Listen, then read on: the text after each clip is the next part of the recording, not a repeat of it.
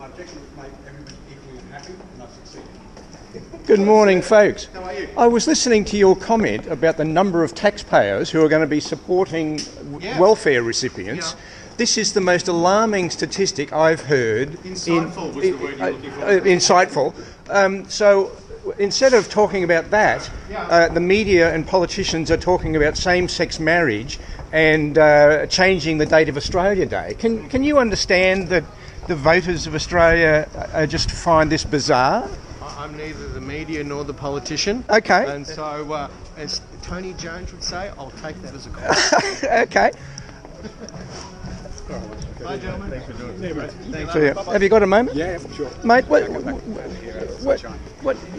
is your view of... Look, I don't accept the numbers that Bruce is quoting there, and part of the problem here is that Peter Costello and John Howard removed all the pensioners from paying any tax whatsoever. Right. So they increased the total number. So it's the first distortion in the figures Bruce quoted. The second is they then opposed every superannuation increase, which could help take people off the pensions.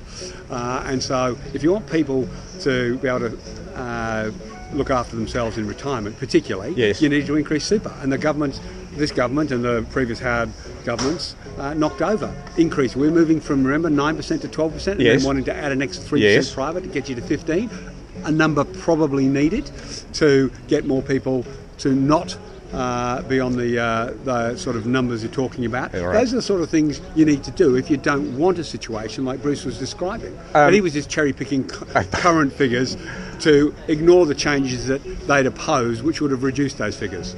So you don't think it's as desperate as Bruce was suggesting? I think that there are policies that should be put in place that would reduce the alarming numbers that were being quoted there, but this government have opposed them. Mate, I'm a retired public servant. I'm on a bloody good wicket, but I in my 26 years with the tax office, I appreciated that my good fortune and my work conditions and my eventual superannuation was all paid for by people who are productive in the economy. And I understand the stats suggest that 10% of the taxpayers are paying 50% of the gross tax revenue from personal income taxes. And, I just think, well, what is fair? I mean, how much do you want to soak? Well, firstly, you worked hard for your pension. And I did. And that was the system you signed up to. And what Labor recognised in the 80s, when superannuation was first being argued for, was we need to guard against the future. Now, 30 years down the track, and you see the sort of figures quoted yesterday, again, if you're going to oppose policies that increase the ability for individuals to not be on the pension, don't complain about the number of pensioners. If you're going to vote to take everyone over the age of 60 doesn't pay any tax anymore, as Howard and Costello did as an electoral bribe to people over the age of 60, because that's the increasing demographic. Don't complain when you then get a situation where you can quote numbers like that. All right. I mean, those degrees of hypocrisy as a public policy argument, they just don't stand up.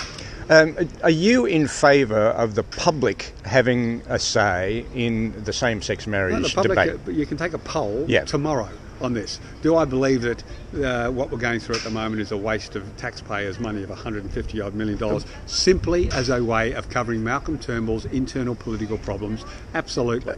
Well, I think it's more than a political problem. It's an issue that is of concern to a significant number of people on either side. Parliament should have a vote on it. Well, I disagree. I voted to put marriage between a man and a woman in Parliament. Yes. We didn't have a poll.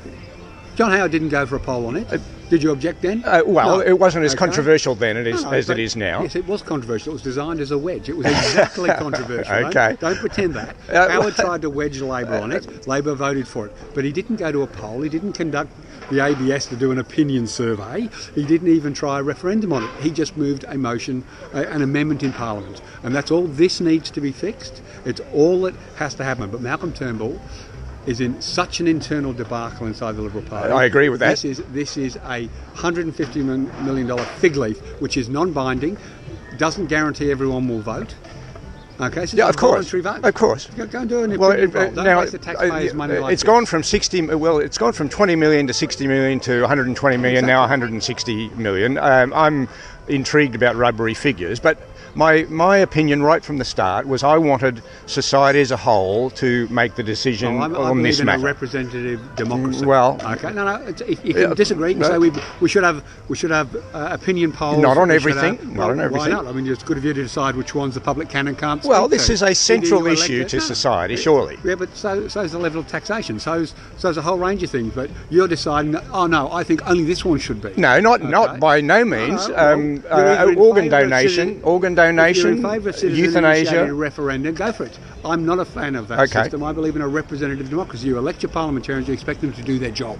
Mate, we often agree on things. We don't seem to agree this morning. No, this one we won't. Mate. I'm passionate about representative democracy, Right. and I'm certainly not a fan of citizen-initiated referendum style systems, which is the sort of polling system that a voluntary vote. A voluntary vote is a joke. It's not what they wanted, and it's not what I wanted. But anyway, removing statues and deleting Look, this historical is figures. this is a challenging one, and I was pleased to see that Stan Grant condemned the Yes, people who yes, defaced yes, statues. This yes. is a debate that is worth having, okay, about what these statues represent. Now, I don't know enough about each individual statue Yeah. to give you an opinion on each sure. individual statue, but I don't think there's anything wrong with having the debate about whether or not a historical figure is as Squeaky clean, or whatever. Yeah. But I know, and there's evidence now that some of the circumstances around the indigenous communities when the Europeans first arrived Yes. are not as squeaky clean. And I've known friends who've campaigned hard to get recognition of some of the injustices and possibly worse. Right. Took place. So I'm aware that there has been an active debate that perhaps we haven't had enough discussion on. So I can understand people's passions about this because some of the things that happened we wouldn't be proud of. That's not to say that you rewrite history completely, but we should acknowledge. And I think Paul Murray the other night had a very good show. Let's put up statues to some of the most celebrated Indigenous figures to celebrate all sides of this discussion. I visited Charlottesville about 40 years ago and went out to Monticello, which is the... Donald Trump's winery. It's very good, very close. No, it was Thomas Jefferson's plantation. And I visited Mount Vernon in the Washington suburbs, which was George Washington's home. And in Arlington Cemetery is a mansion that used to be Robert E. Lee's home.